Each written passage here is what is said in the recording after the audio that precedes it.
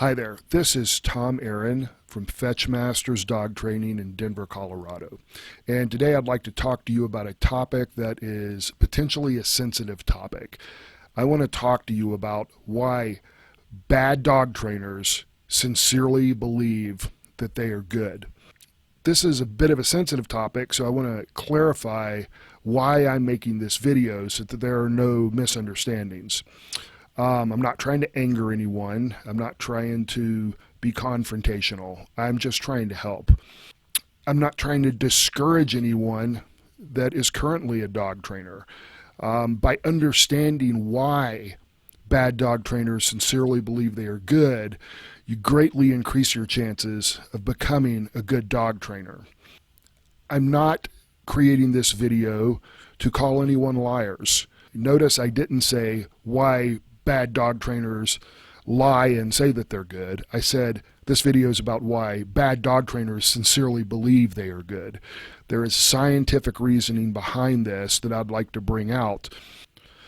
I want to encourage those who are plotting their entrance into this job field. I want to encourage them to carefully plot their course, to do it the right way, in a way that will allow you to rise to proficiency more quickly and do a better job of helping dog owners and their dogs. I want to encourage those who are currently in the dog training field and only have, say, 3 or yet less years of experience, to re-examine yourselves, to re-examine the trajectory that you're on and see if you need to make some course corrections. I would like to educate consumers because the dog training industry is an unregulated industry. Because of that, anyone, regardless of lack of education, lack of mentoring, lack of sufficient experience and low skill, all these people can easily hang out a shingle. And so you need to know what to look for when you're looking for a dog trainer. And this isn't a self-serving video to say, you know, here's us at Fetch Masters, we're so great, here's why everybody else isn't. There are a lot of dog trainers in the Denver metro area and all around the country, and some of them are very, very good. So there are plenty of good dog trainers to select from. So I want to just show you how to find someone that can do what you need them to do.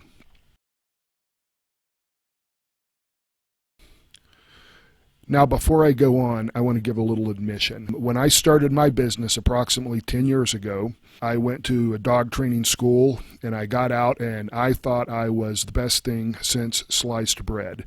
I was pretty impressed with myself. But now, a decade later, I look back on some of the ways I trained with my early customers and how ineffective those are compared to the way that I train now.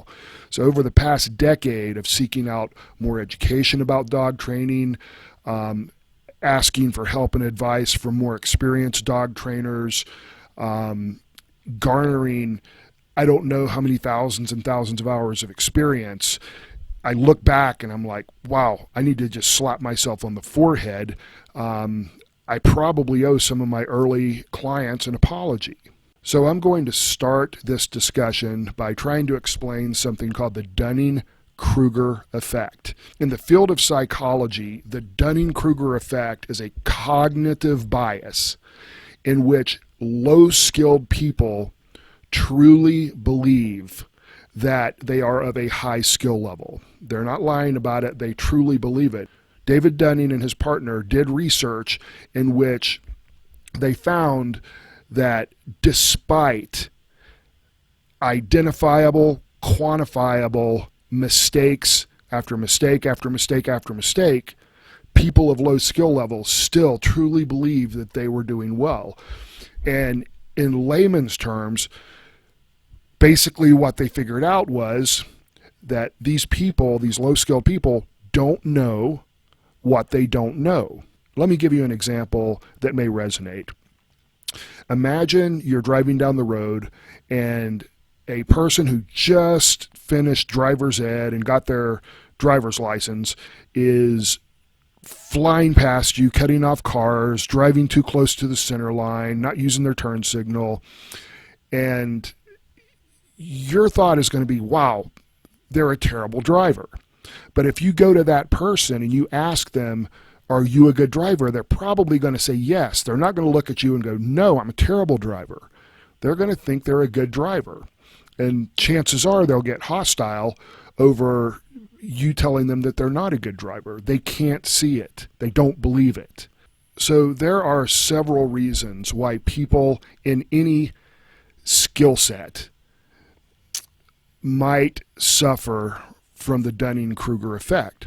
Now, I want to point out one quick thing, and that is that not only does the Dunning-Kruger effect say that people of a low skill level may think that they're of a high skill level, but it also says that people of a very high skill level are actually likely to underrate their ability, right? They're liable to think they're not as good as what they actually are.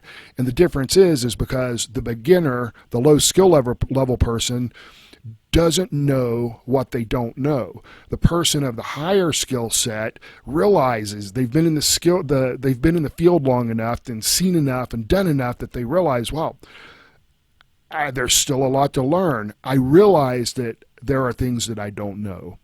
So that's kind of how the Dunning-Kruger effect works. But there's several reasons why people find themselves stuck in this, what I like to call the Dunning-Kruger bubble. And here's what they are. Okay, the first thing that will cause a person to be of a low skill level is a lack of knowledge. A lot of trainers nowadays are either self-taught or they go to one of several training academies. And now the training academies in general, I think, do a fairly good job of giving the student knowledge. If you're self-taught, you can still gain that knowledge, that book knowledge, but you're more likely to have big gaps in it. So if you're wanting to be a dog trainer, or you are a dog trainer and you haven't been to a formal school, you need to really put your back into acquiring a solid base knowledge foundation based on modern understanding of dog training. A lot has changed over the last 10 years. So that's important. If you do have an actual good base of knowledge, you need to stay on top of it, because new studies are being done all the time in dog training that are showing us new nuances to how dogs learn. So make education a big priority. There are a number of organizations out there that can help you do that. So hook up with some known good dog trainers and find out, where do you get your knowledge? What are the sources of your understanding of dog training, so that I can better educate myself or seek out, more formalized education. Okay, the second thing that can cause someone to be stuck in the Dunning-Kruger bubble is lack of oversight by a skilled dog trainer. You might not like oversight. You might not like being critiqued, but it's necessary. A skilled dog trainer can show you how to do things better, how to rise to proficiency more quickly. Now, when you're picking a mentor, you need to make sure that you're picking someone who is actually a skilled dog trainer, not someone who has barely more experience than you. I would say you need to find somebody that's been in the field 10 or more years, somebody that can really help you develop your tactile ability, someone who can help you transfer the book knowledge into the real world. Watching YouTube videos isn't going to do it, and working with an unskilled dog trainer is not likely to get you where you want to go in the most efficient manner. So seek out a skilled dog trainer to help you. The third thing that will cause a person to be stuck in the Dunning-Kruger bubble is lack of experience. This is super important. Now, I want you guys to understand, I'm not pushing experience over knowledge, but they gotta work together. Experience is huge because there is a class of knowledge that you acquire by working with hundreds or thousands of dogs of different breeds, different personalities, different sizes, that you can only learn through experience. It's not in a book anywhere. And even if it was, it wouldn't transfer to tactile ability. So seek out experience. You need at least a few years of experience under your belt working with a variety of dogs, not on some part-time, once-in-a-while basis, your dog and your friend's dog and their friend's dog, but you need to get your hands on a lot of dogs. That's where experience comes from, and that's where you attain that class of knowledge that you can't get anywhere else. They say that it takes 10,000 hours of practice to master any particular skill set. So based on a 261-day work year, working 8 hours a day, it's going to take you 4.5 to 5 years in order to get that 10,000 hours of experience. So keep that in mind as you're looking for dog trainers, or you're trying to become a dog trainer, or you're analyzing your own experience level to figure out, am I skilled or am I not? Do you have 4 or 5 years working full-time at this? If you don't, you might want to have a look. Have another trainer watch what you do, and they can tell you if you're skilled or not. But find a skilled trainer to assess you. The fourth thing that tends to trap people inside of this Dunning-Kruger bubble is the seriously misinformed opinion that knowledge equals skill. Knowledge does not equal skill. You need knowledge and experience to have skill. So the knowledge without the experience is not skill. Now, a lot of these dog training academies that are out there, and there's, each of them tend to provide their own requirements for mentoring and stuff like that to help you gain skill. But all of those are minimal. They are not the equivalent of 4 or 5 years of experience. So those schools, they provide a good base to start from and a little bit of hands-on, but very few of them completely prepare you to go out into the world and hang a shingle and actually be a skilled dog trainer and help people and help their dogs. So even if you've gone to that school, seek out experience. So what does all this mean for the dog training business, for the dog training industry? Go to Google and search for dog trainers in your area, dog training in Denver, for example, and start scrolling through the pages and looking at all the dog trainers that are on there.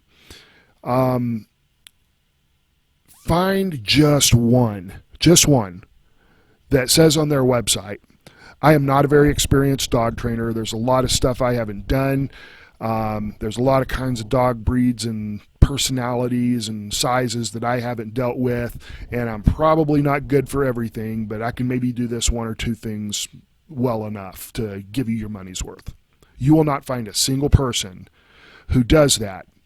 But here's the thing. When I started dog training in Denver about a decade ago, I did market research and I counted 89 dog trainers from Pueblo, Colorado, all the way up to Fort Collins. And now there are many, many, many, many hundreds. They're working in all kinds of different capacities, from Petco to animal shelters to rescues to, for breeders. They have their own businesses. They work for other trainers. But there's hundreds and hundreds of them. And most of them have come along in the last few years. And a lot of them have hung out their own shingle. And so I ask you, is it reasonable to think that every dog trainer you find is of a similar skill level? I don't think it is. Many of them will claim that they have superior capabilities. Well, let's go back to the Dunning-Kruger effect that says people of low skill level, despite making verifiable mistake after mistake after mistake, truly believe that they have a superior level of skill. The truth is, there are a lot of dog trainers who have not taken the time to gain the education, the tutelage, and the experience necessary to be a high skill dog trainer, and yet they charge rates that are competitive with those who are skilled dog trainers. This is a disservice to consumers. It is a disservice to dogs, because the truth is, people don't call dog trainers as much if their dog is doing fine. They call dog trainers when stuff starts to go bad and they start to see the need to fix problems before they have to get rid of their dog. There are some proactive clients out there, but the majority of clients that we get anyways are looking for help because things are going bad. So you don't want to be a disservice. You don't want to provide a disservice for these people and for these dogs. Your job is to go in there and help. So how is a consumer supposed to select a dog trainer that is actually skillful, that has a very high probability of fixing their dog's problems? Well, there's a number of ways. The first one is, does the dog trainer have any kind of a certification? Now, there's different certifications in this industry. There is no central dog training authority that gives out certifications, but there are a couple of professional organizations that provide certifications to people who meet and take tests to prove that they have a minimum level of understanding about dog behavior, and they have a minimal level of experience. It's not a lot of experience, definitely not enough to make somebody a skilled dog trainer, but they've got some minimal requirements taken care of. So that's a start. It's always something good to look for. Now, I will tell you, I do know trainers who do not have a certification who are extremely good, and they just got their knowledge and their mentoring and their experience a different way, and they are very good. So certification is not a be-all, end-all sign, but it's a good indicator.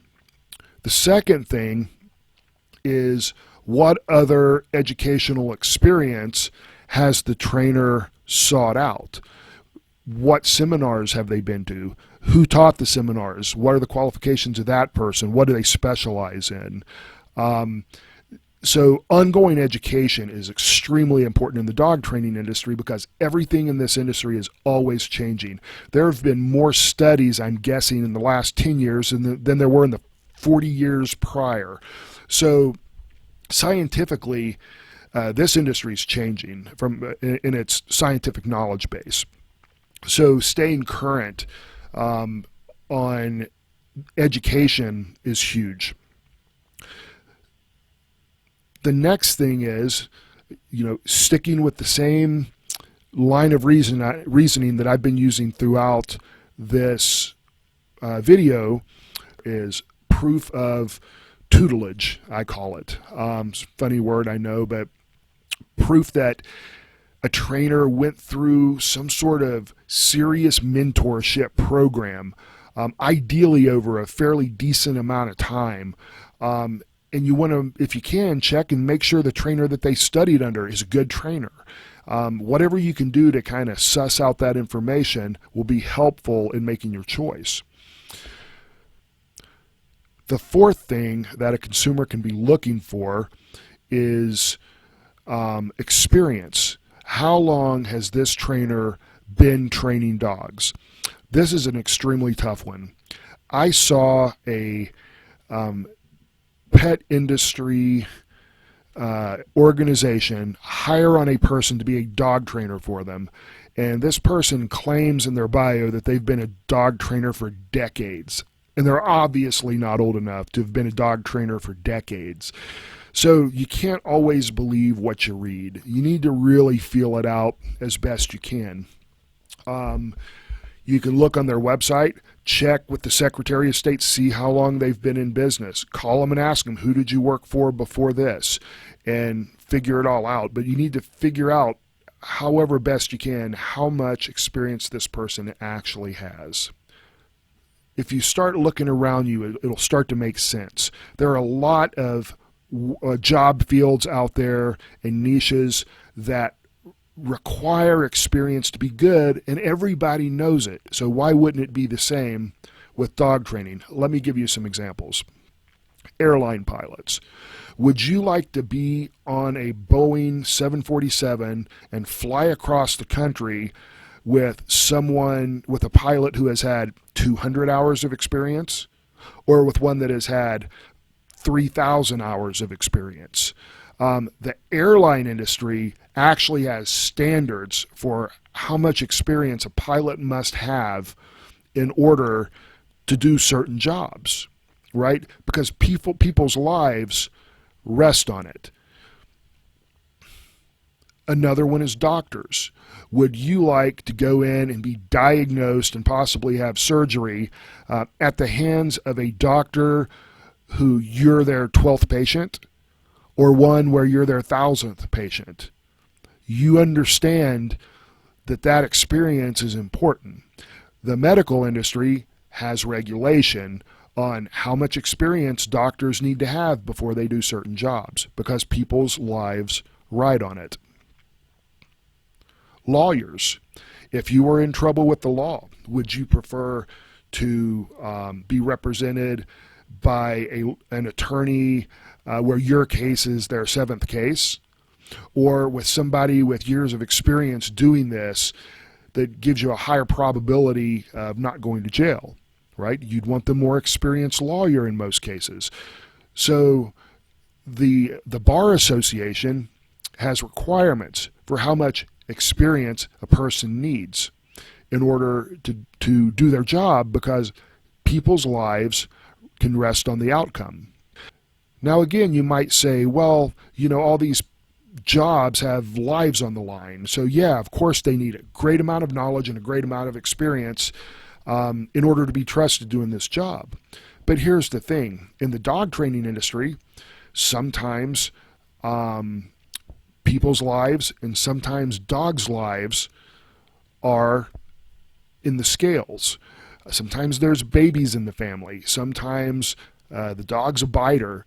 Sometimes we're dealing with elderly people who can be overwhelmed by their dogs, jerked down and dragged across the concrete, or break a leg or something like that. I mean, these are the kinds of things that we often have to deal with. And so let me ask you, do you want a dog trainer who's done this stuff before and has worked with it and has experience? Or would you rather have someone who has some book knowledge but hasn't really done this much? Which dog trainer do you want? But moving on, there's a number of other professions that require serious experience. One of my favorite ones is boxing, as in put on the gloves and box. You can read every book that you can find on boxing technique, on boxing history. You can memorize all the rankings from time immemorial to now, and yet, unless you've sparred with hundreds and hundreds of partners and you have had the instruction of a knowledgeable coach, you don't want to step into the ring with a title fighter, because you're going to get waylaid, right? You want to have the knowledge about how to box and the experience and the instruction so that you can be good at it. Chefs. You don't go to culinary school and get out and all of a sudden you're qualified to be the head chef of a big restaurant, right? You work your way up through the ranks.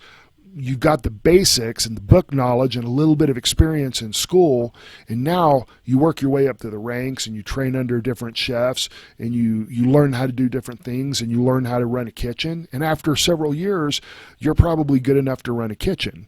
So even a chef, that requires experience. The list goes on and on. The problem is, though, like I said before, the dog training industry is unregulated, and there's nothing that really requires a person to have knowledge, tutelage, and experience. Anybody can just jump right into this, and so you never really know what you're going to get unless you do due diligence. Another thing consumers can rely on is online reviews from Google and Yelp and whatnot. Those are often a good indicator of someone's skill level, but there are a few problems with them. Number one, they can be faked. It's not that hard to fake reviews. Eventually, Google and Yelp will catch up with you, theoretically, and pull those down. But they can be faked, and they can be faked convincingly. I've seen it done. Number two, some dog trainers aren't really looking to be on the front page of Google or Yelp, and they don't care all that much about Google and Yelp reviews. They've got a lot of knowledge and experience, and they have networked with vets and shelters, and that's where they get the bulk of their business. And so those reviews aren't as important to them. So again, reviews are not the be-all end-all for sure of finding a good dog trainer, but they're useful. Now, if you fall into the category of someone who is a dog trainer and you really don't have the experience level that you should have, and you don't have the tutelage from a skilled trainer, one of your arguments might be, well, a trainer has to get their experience from somewhere, and nobody would help me. You know, I totally get that. This is a competitive industry, and dog trainers tend to get a little bit territorial, kind of like dogs. Maybe that's why we're dog trainers. But it can be difficult to find someone to mentor you or help you. You got a point there. But a lot of times, I've had a lot of people wanting to be dog trainers come to me and they ask, like, can I shadow you? Can I come watch you train? Can I come hang out and learn what you know? And I'll be honest, I'm not speaking for all dog trainers here, but I kind of find that offensive. I've spent 10 years, heaven knows how much money, blood, sweat, and tears, failures and successes. It's been hard to learn what I know. And for someone to just come and want me to brain dump to them or want to watch, and not offer anything in return, I personally find that kind of offensive. And other dog trainers can speak for themselves. Not everybody has the same attitude as I do. But what I would suggest is try to get a job with a dog trainer. Dog trainers are hiring. They occasionally hire. There's a couple of dog training companies here in Denver that I see posts go up on Facebook looking for a dog trainer. So the jobs are out there. You just got to want to get them and go to the right people and do your research. My next comment to that statement, I've got to get my experience from somewhere, would be, yeah, but at whose expense, right? Who are you willing to harm so that you can go out and have your own business? You're going to be doing it at the expense of the consumer. You're going to be doing it at the expense of the dogs you're helping, and you're going to be doing it at the expense of the dog training industry. I read a post today online that said someone was bemoaning the fact that a lot of people go to positive dog trainers and then they end up going to aversive dog trainers because positive training doesn't work well for them. It's not the fault of the positive dog training. Positive dog training is an extremely good niche of dog training when done correctly at the proper skill level. Don't harm the industry, don't harm the consumer, don't harm the dogs. Search, find someone you can train with and stick with it. And if you're willing to put in the effort and do your part to earn that instruction, you'll find somebody that can help you. Think about it. In what other field do you go to an expert in that field and just ask for them to give you everything that they've got, to give you their knowledge, to let you shadow them and learn everything that they know? Not many, but I'll tell you, shadowing them is not going to teach you what they know. Them coaching you is what's going to teach you what they know. It's the experience. This is what I'm talking about. Knowledge is easy to obtain. The experience and the training, a little bit harder. I've said these things a few times throughout this video, and I just want to sum it up here for everybody. Here are the takeaways, okay? Number one, if you're already a dog trainer, do you have current knowledge of dog training? If you don't, get it. Have you been mentored by known, solid trainers? If you haven't, find it. Do you have experience, more than 2 or 3 years of experience? If you don't, you need to find a way to get that ethically. Next, if you are a consumer, when you're researching dog trainers in your area, have a look at their knowledge level, their tutelage, and their experience. Do some research, dig in a little bit. Don't just trust what everybody says.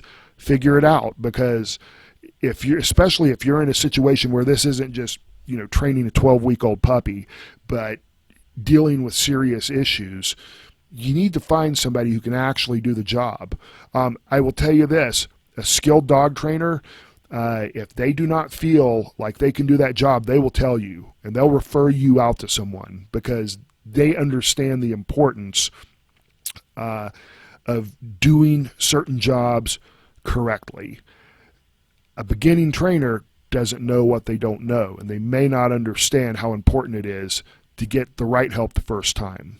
The next takeaway is from the Dunning-Kruger Effect: you don't know what you don't know. And that class of knowledge, that what you don't know, comes through experience, and it comes through working under the observant eye of a dedicated coach. So that is a big takeaway here. You don't know what you don't know. I hope this has been helpful to everyone. I really hope I haven't offended too many people. If I have, I'm sure I'll hear about it. This is done with a good heart, and I hope that you receive it that way. If you have any questions or you want to talk about it, we're easy to find, and I'd be happy to chat with you about it. You take care.